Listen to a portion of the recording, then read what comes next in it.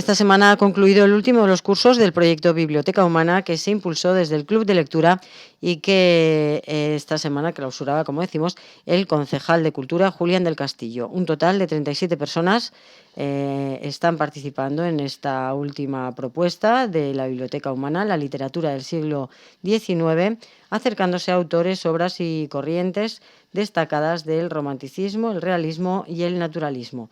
Un último curso para cerrar la Biblioteca Humana que corrió a cargo del periodista Ángel Gallúbar.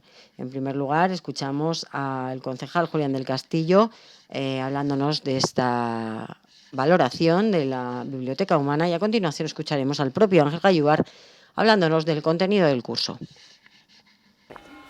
Bueno, Julián, una valoración, terminamos ya esta Biblioteca Humana, un éxito, ¿no? Sí, la verdad es que nos ha sorprendido a todos que la buena acogida que ha tenido la Biblioteca Humana.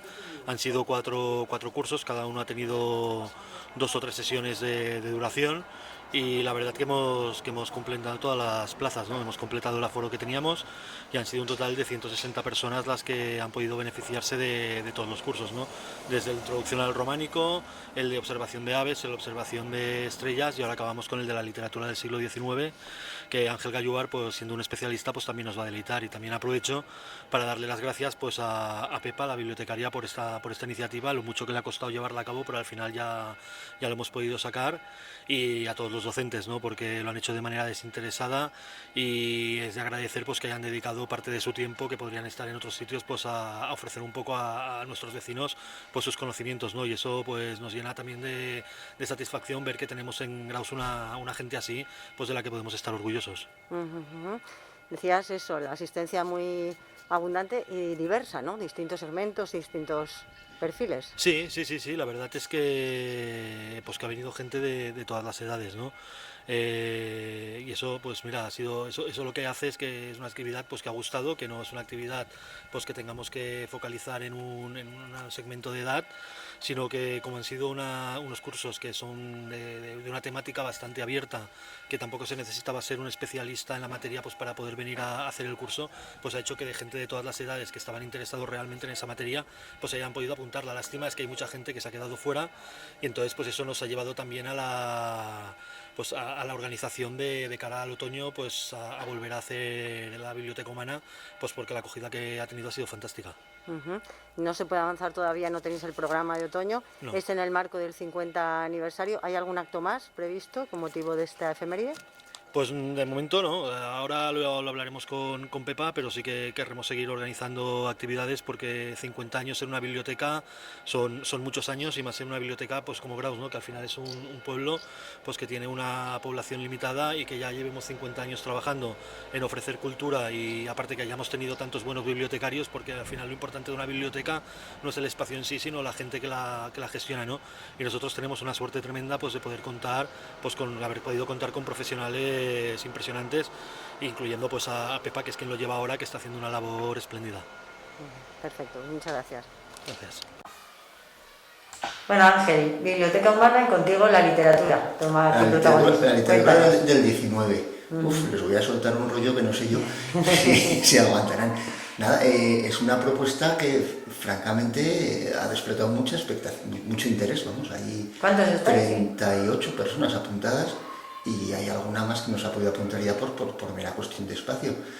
Vamos, de lo que se trata es de ofrecer, tampoco son 2 horas, o sea que tampoco nos podemos explayar mucho, pero hacer una panorámica de lo que es la literatura del 19, que básicamente está marcada por 2 corrientes, la romántica y la realista, y su epígono, que es el naturalismo, y contextualizarla en el momento histórico en que se crea esa literatura, que es el siglo XIX, que es un siglo históricamente hablando apasionante, un siglo que ni siquiera tiene 100 años, es un siglo que tiene pues prácticamente 140 años, ya que empieza en 1772 con la Revolución Americana, o si queremos en 1789 con la Revolución Francesa, y finaliza en 1914 con el estallido de la Primera Guerra Mundial. Y no es por hacer un pegote, sino que realmente hay todo un continuum de sucesos entre esas 2 fechas que dan una especie de unidad estilística, no son meramente 100 años. ¿Y cuáles son esos rasgos que se comparten en este amplio periodo?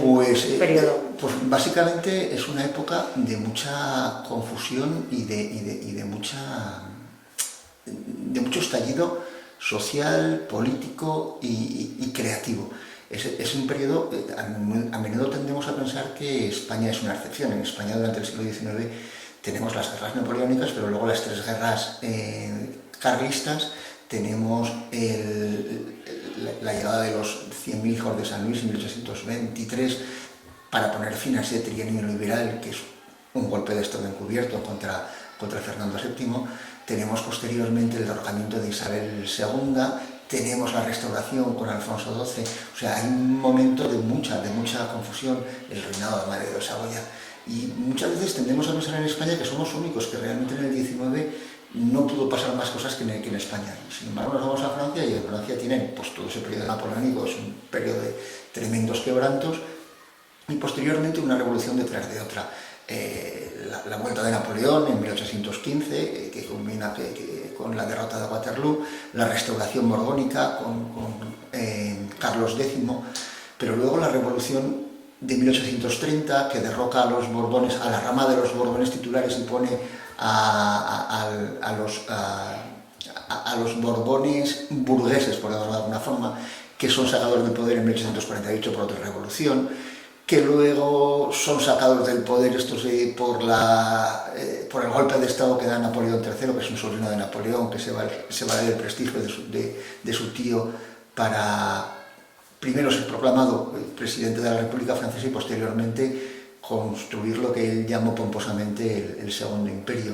Un Segundo Imperio que cae con la guerra franco-prusiana de 1873 y que tiene como epílogo la Comuna de París, que es un levantamiento popular que no solo se da en París, sino que se da en otros muchos sitios y que es masacrado a sangre y fuego por las tropas leales al poder republicano. Y más cosas, eso en Francia, pero en Alemania parte de ser un imperio milenario, el Sacro Imperio Romano-Germánico, a despertarse con la invasión de las tropas napoleónicas, de colaborar muchos de los principados y grandes ducados alemanes con el propio Napoleón en su política de expansión por Europa, y luego pues, a vivir las mismas revoluciones corregidas y aumentadas que en Francia, y culminar con un proceso de reunificación bajo la égida de Prusia, que no son propiamente alemanes. Bueno, eso ya es una cosa que habría que discutir mucho, pero también en Italia tenemos un proceso similar que culmina con la reunificación italiana, que son dos países muy jóvenes, o lo que ocurre en Austria, mucho más larvado, porque bajo el colchón del Imperio Austrohúngaro hay una cierta quietud, pero también se está alarmando una política de levantamiento contra el poder establecido. Lo cierto es que no, que es el siglo XIX, bueno, es la independencia, por ejemplo, primero de Estados Unidos y posteriormente del Imperio colonial español en América, salvo los casos de Cuba y Puerto Rico, que aguantan justo hasta el final físico del XIX. Bueno, sí, sin duda ha quedado claro que es un periodo muy convulso. ¿Y esto qué pues obras se seleccionan? ¿Cuántas? Es hablar un poco y en función de cómo vaya discurriendo la charla. Porque hay una parte práctica además, aparte de toda esta teoría que van a aprender muchísimo, como hacemos siempre contigo todos. No. Aparte, había una parte práctica. ¿Aquí has podido incluir alguna pequeña lectura o vas a incluir algún tipo de actividad más? Lo más seguro es que lo que hagamos será ver una película ambientada en esa época, o ambientada en alguna de las grandes novelas. Por ejemplo, el siglo XIX es, en la literatura, el siglo de la explosión literaria de Rusia. Rusia, que hasta el siglo XIX pues, ha tenido un papel marginal en la literatura. Ha habido algún escritor interesante, pero hasta el siglo XIX no. Pues en el XIX nos regala a Dostoyevsky, nos regala a Tolstoy, nos regala a Gogol, nos regalan una playa. Además hay películas sobre esos libros, es verdad. Efectivamente. Y sin embargo, y es también la eclosión de la literatura popular. A mí me interesa mucho porque siempre cuando hablamos de literatura siempre hablamos de los grandes nombres, hablamos de los escritores establecidos o encastillados en el Olimpo creativo, pero a mí me interesa mucho del siglo XIX la aparición, por ejemplo, del folletín, la aparición de la literatura popular y el hecho de que buena parte de la población, o una parte considerada de la población, se alfabetice y pueda tener acceso a la lectura. Y tiene acceso a la lectura y lee, pues eso. gentes como Collodi, el autor de Pinocho, gentes como Emilio Salgari, un grandísimo escritor injustamente ignorado, Fenimore Cooper, autor, por ejemplo, del último Mohicano, la literatura popular alemana, que es muy injustamente olvidada, con escritores como Karl May, que era un enamorado del oeste estadounidense, a pesar de que nunca ha salido de Alemania, y que fue un superventas tremendo. O, bueno, todos los folletines de capa y espada del 19, entre otros, bueno, pues las obras, tanto de novela como teatrales, como Cyrano de Bergerac, sin ir más lejos, que recrean una literatura con mucho estereotipo, de buenos, de malos, de situaciones rocambolescas, pero que acercan la lectura y acercan una forma de entender el mundo a una playa cada vez mayor de lectores. O sea que es verdad que los mundos convulsos, las épocas de cambio, son buenas para la creatividad. Pues, parece demostrarlo en el siglo XIX. Sí, se dice que las épocas tranquilas suelen ser bastante átonas en lo creativo, sí. No despiertan. No, y las épocas subvencionadas, pues, por ejemplo, ya sé que es meterme en camisa de 11 varas, pero la creación literaria, por ejemplo, en catalán, que tendría que ser ahora mismo una creación muy potente, porque está francamente potenciada desde el poder, nos está dejando un desierto en cuanto a calidad creativa francamente preocupante. No tenemos un Pla, no tenemos un Espriu, no tenemos una Rodoreda, no hay absolutamente nada creando en catalán cuando hay una obsesión, auténtica obsesión, y además por esa identidad. Sí. Cuanto más se subvenciona algo, pues como te tienes que amoldar a los intereses del poder, pues no inspira, tiene que salir de dentro y la creación tiene que venir de esos sentimientos, de esa convulsión. Por eso, al hilo de lo que comentas, el siglo XIX es el momento en el que los escritores, por un lado, se singularizan, por un lado, toman conciencia de su capacidad creativa, pero por otro lado, muchos de ellos se significan política y socialmente. Pues es el caso de Zola y su Yo acuso, es el caso de creadores como Wagner, en otro orden de cosas que participan en todas las revoluciones que hay en Alemania, aunque luego se alía con un emperador, con un rey loco como Luis II de Baviera. Es el caso de Dumas, que en otro contexto, es el caso, por ejemplo, de la denuncia implícita y explícita de Charles Dickens sobre la situación de los trabajadores en Gran Bretaña, es el caso de Mark Twain, con otro contexto, pero también los escritores, en España es el caso de Larra, sin ir más lejos, es el caso también de los hermanos Becker. Sienten ellos y sienten lo que pasa a su alrededor también. Claro. ¿No? Sí, ciertamente. Porque decimos sociedades que se mueven, que cambian y que tienen ganas de contar, ¿no? Sí. ¿Y no es mucho para 3 sesiones son, Ángel? Son dos sesiones. ¿2? Pues aún peor me lo pones. Aún peor, sí, habrá que ser unas sesiones muy esquemáticas y bueno, a lo mejor si hay interés hacer una nueva sesión o 2 o 3 nuevas sesiones ya el otoño que viene, pero de momento es un acercamiento, pues eso, para hablar de lo que estamos comentando, para hablar de que es un tiempo convulso pero sumamente interesante, y no solo en Europa, hay un montón de escritores en América del Norte y del Sur. Pues el ejemplo paradigmático es ese Martín Fierro de José Hernández, que es una de esas grandes obras que hace unos años tenía predicamento, pero ahora ha quedado totalmente orillada por la eclosión del realismo mágico sudamericano, de la literatura del siglo XX en Sudamérica. Pero sin embargo, pues la potencia que tiene la imagen de la escritura de José Hernández, yo creo que no la ha alcanzado ningún otro escritor sudamericano, García Márquez, a lo mejor Vargas Llosa.